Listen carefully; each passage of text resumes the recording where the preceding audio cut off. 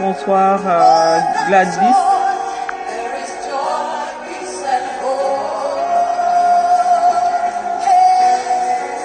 Bonsoir Carmel.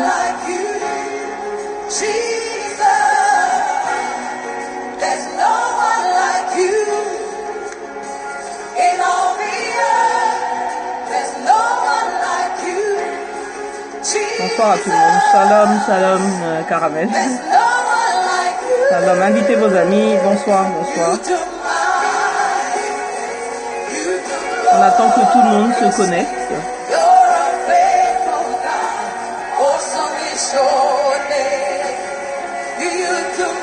On attend que tout le monde se connecte au fur et à mesure.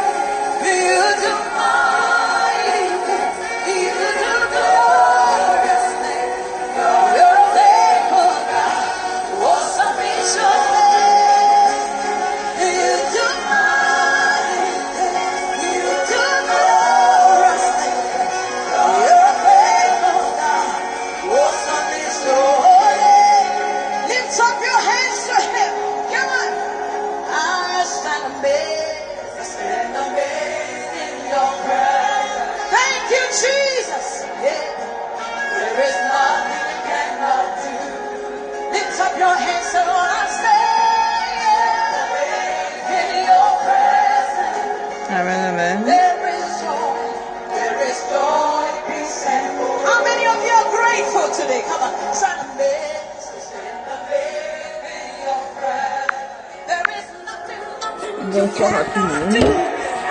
Amen. On va commencer quand même. Amen. Amen. Bonsoir à tout le monde. Invitez vos amis. Je suis un peu en retard. Désolée. Je vous dis tout de suite. J'étais en train de rechercher encore la connexion. Donc j'espère que la connexion est bonne chez vous. Parce que ici, j'ai pas trop. Dites-moi si la connexion est bonne. À ceux qui sont déjà connectés. Si vous avez une bonne connexion. Amen. Oui, ok. D'accord. Donc, voilà. Donc, on va commencer parce que je voulais faire la prière comme hier on a fait. Amen. Donc, ok. Comme on a fait, on va faire la prière en langue après, mais je vais me déconnecter et me reconnecter. Donc, je me suis connecté un peu en retard. J'avais dit 5h18, enfin 17h30, mais je suis un peu en retard. Donc, je vais faire le Rhapsodie des réalités. Ensuite, je vais partager un autre, mais je vais me déconnecter, me reconnecter. Peut-être le temps que les autres se connectent aussi. Et pour faire partager un autre message, comme je vous avais dit hier. Donc, le message de Pasteur Christ encore. Donc, je vais prendre des notes et on va partager ensemble. Le titre, c'est expérimenter la gloire de Dieu dans chaque phase de vos vies. Amen. Donc, je vais le faire après. Quand je finis le Rhapsodie, je me déconnecte, me reconnecte pour faire. Ça s'appelle les portes de Sion. Les portes de Sion. Mais je vais le faire après le Rhapsodie. Amen. Bon, bienvenue Cathy. Donc, invitez vos amis, on commence le Rhapsodie. Parce que, voilà. Bonjour Cathy. Bienvenue, sois bénie. On va commencer le Rhapsodie des réalités. Le titre aujourd'hui, c'est Une glorieuse destinée. Une glorieuse destinée.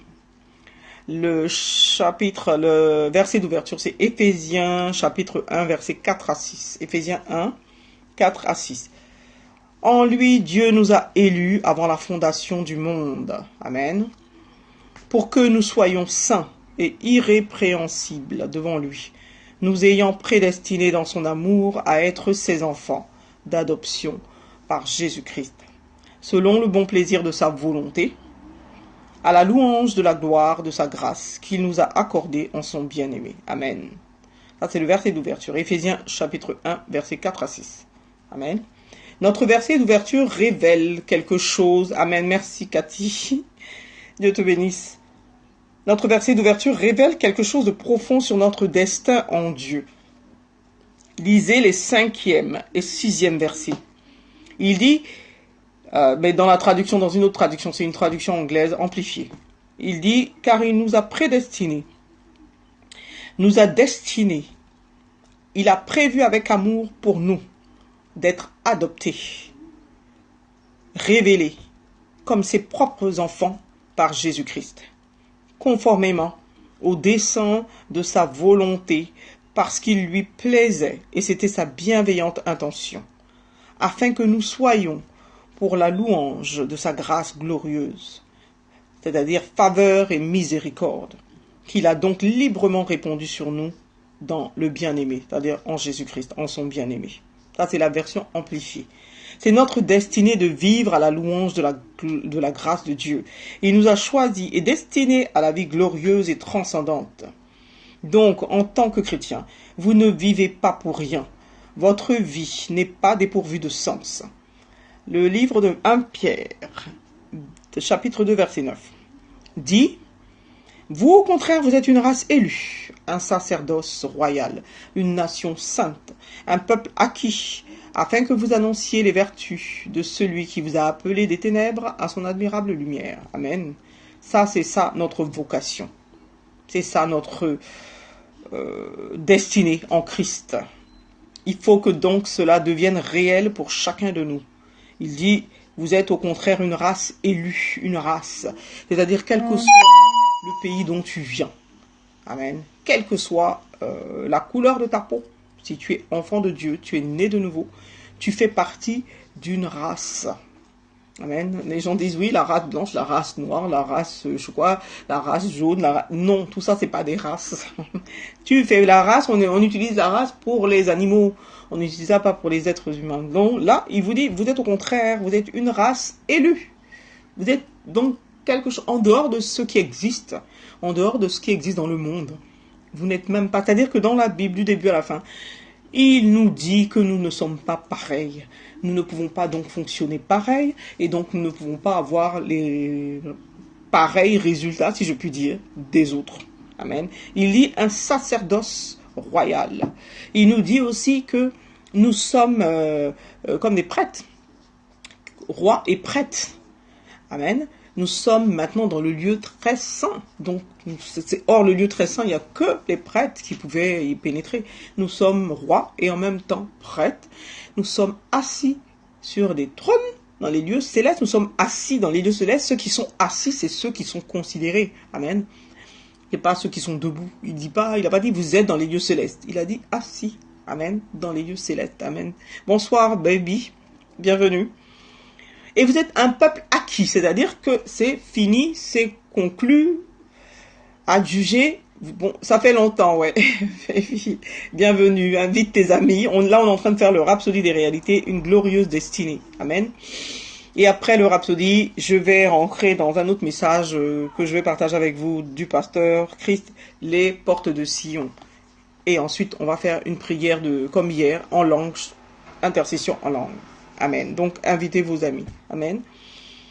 Donc, il nous dit, un peuple acquis, afin que vous annonciez les vertus de celui qui vous a appelé des ténèbres à son admirable lumière. Donc, vous n'êtes pas né de nouveau pour rien. Juste parce que, bon, je suis né de nouveau, c'est fini. Ok, Jésus, quand il revient, il me prend. C'est sûr que moi, quand je pars d'ici, je vais au paradis. Non, vous n'êtes pas né de nouveau. Il vous a appelé des ténèbres à son admirable lumière. Amen. C'est-à-dire qu'il vous a déjà choisi, c'est adjugé. Il a dit, bon, celle-là, je la prends. Bon, ok, Cathy, voilà, aujourd'hui, elle doit se convertir. Elle se convertit. C'est pour ça que quand vous parlez, vous prêchez l'évangile, vous prêchez, la Bible dit que vous prêchez l'évangile pour qu'ils entendent et qu'ils croient et qu'ils se convertissent. C'est pas maintenant votre travail ou de chercher à savoir s'ils ont cru, s'ils n'ont pas cru, s'ils ont accepté ou pas. Ça, c'est plus votre travail. Amen. Vous êtes celui qui va faire en sorte, qui va les aider justement à entendre la parole de Dieu, à entendre l'évangile de paix et l'évangile de vérité, et donc justement pour qu'ils puissent avoir la foi et puis accepter. Maintenant, après, quand ils ont accepté, voilà, vous semez. Après, quand ils ont accepté, lui maintenant, il les enlève des ténèbres, hein, il les tire des ténèbres, parce que ne vous en faites pas, Jésus choisit, il planifie tout. Vous n'êtes pas dans le monde au hasard. Il y a des gens qui pensent que, bon, moi avant je pensais ça. Et il y a quelqu'un qui m'a dit, tu peux pas convertir tout le monde. Je pensais que, même toute seule, je peux convertir qui je veux, quand je veux, où je veux. Alors que non. Parce qu'il vous dit, là, vous êtes une race élue, un sacerdoce royal, une nation sainte, un peuple acquis, afin que vous annonciez les vertus de celui qui vous a appelé des ténèbres à son admirable lumière. Voilà votre fonction, afin d'annoncer les vertus de celui qui vous a appelé des ténèbres à son admirable lumière. Donc il a choisi comme ça des gens pour pouvoir annoncer. Amen. Afin que tous aussi, maintenant ceux à qui vous annoncez, quand ils reçoivent, qu'ils croient, eux aussi sont appelés maintenant de la lumière, des ténèbres à la lumière. Amen. Et eux aussi, ainsi de suite, vont, voilà. Et c'est pour ça qu'il dit prier pour que le Père envoie des laboureurs, parce que la moisson est grande. Amen. Ça veut dire que Dieu lui-même, après, il choisit. Jésus, il a choisi ses disciples. Il les a choisis. Ils ne sont pas venus à lui pour dire « Ah, j'ai entendu parler de vous. Est-ce que je peux me joindre à vous ?» Non, il les a appelés. Amen. Voilà, merci Seigneur de m'avoir choisi, de m'avoir délivré des ténèbres, de m'avoir amené à ta lumière. Amen. C'est votre vocation, c'est votre destinée en Christ. Il faut que cela maintenant devienne réel pour vous. Pourquoi êtes-vous vivant? Quelle est votre raison d'être? Pourquoi êtes-vous né? Pourquoi êtes-vous sur la terre? C'est pour accomplir la destinée de Dieu pour votre vie. Amen. Et une partie de ce destin est que vous puissiez démontrer les merveilles et manifester les vertus, perfection, excellence et sagesse de celui qui vous a appelé des ténèbres à son admirable lumière. Aujourd'hui, vous a appelé des ténèbres à son admirable lumière par votre comportement, par vos paroles, par vos actions, par la prédication de l'évangile. Vous êtes en train de l'annoncer. C'est Jésus, c'est pour Jésus que vous priez. C'est parce qu'il vous a appelé qu'aujourd'hui, vous êtes comme ça. C'est pour ça que vous ne faites plus comme avant. C'est pour ça que vous avez une autre manière de parler, une autre manière de penser. C'est pour ça que vous avez des endroits où vous allez et des endroits où vous n'allez pas. C'est pour ça que vous ne pouvez pas vous arrêter de prier Jésus, de parler de lui, de parler de Dieu, de parler de Jésus. C'est parce qu'il vous a appelé, donc, de la lumière. C'est parce qu'il vous a choisi. Maintenant, il vous a choisi, c'est pas pour que vous restiez assis chez vous et puis tranquille et puis avoir une vie normale comme les gens du monde, quoi. Vous avez une vie plus que normale. Il vous a appelé à avoir une vie plus que normale. Amen. Pas la vie que les autres ont, une vie comment on appelle ça, higher life, une vie plus glorieuse, une vie plus remplie de sa présence, remplie de tous ses mystères, remplie de tous ses trésors, une vie que les autres n'ont pas. Il y a des choses que le Saint-Esprit vous amène à voir, il vous amène à comprendre. C'est au fur et à mesure que vous grandissez spirituellement que vous comprenez que dès que vous allez commencer à prendre un livre qui parle de Dieu ou la Bible, au premier verset, Dieu vous donne le Saint-Esprit est en train de vous révéler quelque chose. Les révélations dans la parole de Dieu sont immenses, sont éternelles. Voilà. Vous ne pouvez rien faire. Il faut arriver au stade où quand vous ouvrez un livre, bien sûr un livre qui parle de Dieu, pas truc, et même au-delà de ça, même un livre, c'est-à-dire que vous prenez quelque chose, et puis tout de suite vous comprenez le sens comme si vous avez lu tout le livre. Comme si vous avez un don et que vous avez compris même. C'est-à-dire que vous allez à la fin et vous vous rendez compte qu'à la fin du livre, c'est exactement l'histoire qui vous avait été mise à cœur. Amen. Vous voyez, vous venez comme un Superman. Il y a des choses qui ne sont plus cachées pour vous. Vous voyez des gens, par exemple, qui sont en train d'avoir une certaine attitude, mais le Saint-Esprit, au fond de vous, vous révèle ce qu'ils sont en train de faire. Il vous révèle pourquoi ils font. Il vous révèle. Vous n'avez pas besoin que la personne parle devant vous. Vous n'avez pas besoin que... Le Saint-Esprit vous révèle tout seul. Pas parce qu'il veut que vous fassiez quelque chose. Il vous révèle pour que vous sachiez. Puisque il dit qu'il vous mènera dans toute la vérité. Il vous conduira dans tout, il vous enseignera toutes choses. Donc, il vous révèle les choses pour ne pas que vous soyez, sans connaissance. Quand on dit mon peuple périt par manque de connaissance, mais dans le monde aussi, si tu n'as pas la connaissance de certaines choses, effectivement, tu es là, tu vis dans ce monde, tu fais les choses puisque tu es dans le monde. Mais sans savoir les choses, c'est dangereux de ne pas savoir où tu vas, de ne pas savoir pourquoi telle personne est en face de toi. Ou il faut être guidé. Et ce que les enfants de Dieu ont, c'est le Saint-Esprit qui les guide. Voilà pourquoi tu ne vas pas mettre ton pied à tel endroit parce que le Saint-Esprit t'en empêchera ou il te fera aller à gauche au lieu d'aller à droite. Pourquoi? Parce que en allant de ce côté-là, il y a un danger et c'est lui qui conduira ta route pour détourner ta route des dangers. Amen. Parce que le Saint-Esprit est en toi. Parce que justement, tu deviens ce peuple acquis. Tu deviens celui qui doit annoncer les vertus de Christ. Tu deviens maintenant, tu es quelqu'un de complètement à part, de complètement différent. De complètement différent. C'est pour ça que quand tu es en face des gens et que tu parles de Dieu, tu parles de Jésus-Christ, les gens te disent ouais, c'est ça, tu peux parler. Hein, bon, pourquoi ta vie? Parce que les gens du monde s'imaginent qu'il faille que tu dois devenir, par exemple, parce que c'est à ça qu'ils pensent tout de suite, qu'il faut que tu sois milliardaire ou que tu sois. Non. Pourquoi? Ceux qui sont milliardaires, ils connaissent même pas Dieu. Je veux dire, c'est pas parce que tu connais Dieu que tu dois être. Parce que les gens du monde ont besoin de ce genre de, de preuves. Même Jésus, quand Jésus est venu, ils ont dit mais c'est pas le fils du charpentier de Marie, mais attendez, de quoi ils parlent? Et ils disent que c'est lui le fils de Dieu, le Messie, mais n'importe quoi. Pourquoi? Parce que si c'était le fils d'un prêtre ou d'un, je sais pas quoi, de l'ordre du temple là, ou c'était le fils d'un ministre de, je sais pas moi, du temple ou je sais pas quoi, on allait dire ah ça doit être lui le Messie, ça c'est sûr, ou d'un homme riche qui a des terres partout, ah oui ça doit être lui le Messie. Tout de suite on allait le suivre, mais il sortait de Nazareth. Comment? Est-ce qu'il y a quelque chose de bien qui peut sortir de Nazareth? Voilà ce qu'il se disait. Est-ce que quelque chose de bon peut sortir de Nazareth? Genre, il n'y a rien là-bas, comment un bled comme ça? Vous pouvez me dire que le Messie vient de là-bas quand même. Dieu peut faire mieux. Alors qu'en fait, Dieu n'a pas besoin de prouver à l'homme que ce que je fais là, ça vient de moi. Parce que, bonsoir Christiane, invite tes amis, amen. Parce qu'il y a de l'or ou de l'argent, non. Il est déjà Dieu, il est déjà Christ, il n'a pas besoin de prouver. C'est comme vous aujourd'hui en tant qu'enfant de Dieu, vous n'avez pas besoin de prouver au monde. Moi, je me rappelle il y a très longtemps quand je parlais de Dieu, convertir quelqu'un, quand la personne s'est convertie, nouvelle chrétienne, elle a commencé à avoir tout avoir dans sa vie. La première question qu'elle me pose, mais comment se fait-il que Dieu a fait tout ça pour moi? Tu as vu tous les miracles qu'il est en train d'accomplir? Et puis, pourquoi toi, tu n'as rien de tout ça? Donc je lui dis, mais quand tu t'es converti, parce que je t'ai parlé, tu sais pas que dans le ciel, il y a eu de la joie? Tu sais pas que j'ai été couronné? Tu ne sais pas. J'ai pas besoin d'avoir tes 10 000 magasins que Dieu t'a donnés parce que toi, c'est ce que tu fais. Mais moi, Dieu ne m'appelle pas à faire ça. Mais si je veux faire, je peux le faire. Easy. Tranquille.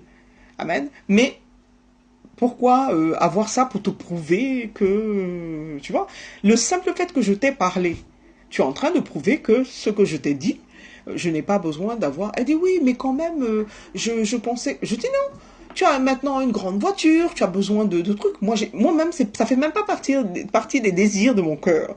Donc, c'est pas parce que Dieu ne peut pas me donner, il peut me donner au-delà de ce que toi tu as. Mais ça fait pas partie de ce que je recherche. Donc, c'est juste pour ça. Ah, d'accord, parce que je me suis dit, mais s'il fait tant de miracles pour moi, qu'est-ce qu'il va faire pour elle, pour Marie-Claude? Je dis, bah, il fait des miracles. Des miracles mais vraiment sur le plan spirituel, qui n'ont rien à voir avec, si j'ai envie d'avoir ce que toi tu as, il peut me donner ça. Hein. Sans que je me fatigue, alors que toi, tu te fatigues pour avoir ça. Mais tu t'es tellement fatigué que tu n'arrivais pas à l'avoir. Maintenant que tu t'as donné ta vie à Jésus, paf, paf, paf, paf, paf, il a tout aligné, il t'a tout donné. Donc, gloire à Dieu. Amen. Donc, il y a des gens qui vont vous voir, ils vont te dire, mais toi, tu pries tout le temps, tu es tout en train d'aller dans les églises, tu es tout en train de faire ci, de suivre les pasteurs, mais en retour, t'as quoi? Dieu ne fait pas un truc... Tu leur réponds simplement, en retour, c'est que il m'a choisi et il a fait de moi son enfant personnel. Là, maintenant, mon nom est... C'est-à-dire que sur ton testament, je suis écrit, je suis la fille de Dieu. Même Je suis la fille de Dieu, comme disent les Africains, même ma mère. La fille de Dieu, le fils de Dieu. Et personne ne peut t'enlever ça. Par contre, toi, moi je sais pas, tu es le fils de Marguerite et de Pierre. Mais moi, je suis la fille du Dieu Tout-Puissant, le Créateur du ciel et de la terre. Voilà la différence. Donc quand je signe, je peux signer, par exemple, Marie-Claude of the God Almighty, du Dieu Tout-Puissant. Ça devient mon nom de famille. Ou bien Cathy du Dieu Tout-Puissant, ça peut devenir, ça devient mon nom de famille. Amen. C'est plus mon nom de famille, truc, parce que je suis né maintenant de la parole de Dieu. Je suis né maintenant de l'esprit, je suis pas né de la chair. Amen. C'est des réponses, ça sera difficile pour eux à avaler, mais il n'y a pas d'autre réponse. Il va dire, oui, mais pourquoi? Effectivement, Dieu peut te rendre aujourd'hui riche. Il y a des gens, moi, j'ai bien, oui, pourquoi pas. Et puis, il va le faire. Et puis, qu'est-ce que tu vas faire avec? Tu vas prendre, parce que il sait que tu vas utiliser ça pour son évangile, pour prêcher l'évangile, pour acheter des bibles, pour faire des trucs. Et voilà, il va te donner tout ce dont tu as besoin. Il peut te faire milliardaire parce qu'il sait que tu vas aller secourir des enfants. C'est ce qu'il fait. C'est pour ça que quand je vois les gens qui voient que les pasteurs ont de l'argent, ils s'étonnent. Mais attendez, ils servent leur boss. C'est le God Almighty, c'est le Dieu Tout-Puissant, leur patron. Mais attendez. S'ils n'ont pas ça, alors que effectivement quand tu es pasteur, tu dois avoir ça. Si tu n'as pas ça, tu dois avoir ça. Tu dois marcher dans la prospérité. Je suis désolé. Prospérité comme ton âme prospère. Tout prospère. Parce que il te dit cherchez d'abord le royaume des cieux. Tu acceptes de faire son travail, mais il te bénit. Il te bénit de toutes les bénédictions. Tu n'as pas besoin de trucs. C'est un travail. C'est lui le patron. C'est comme vous aujourd'hui, vous travaillez. Votre patron, il est obligé de vous rémunérer. Vous ne pouvez pas travailler et puis qu'il ne vous rémunère pas. Il est obligé de vous rémunérer. Donc, comment Dieu, qui a mis votre patron là, qui a donné la vie à votre patron, qui vous paye chaque mois parce que vous effectuez un travail, comment lui, Dieu, ne va pas vous rémunérer pour le travail que vous faites, le gain des âmes, etc. Mais, je veux dire, ça relève même du miracle. Hein. Parce que tout ce qu'ils vont toucher, tout ce qu'ils vont faire entreprendre, se tourne en succès. C'est tout. Au début, même moi, il y a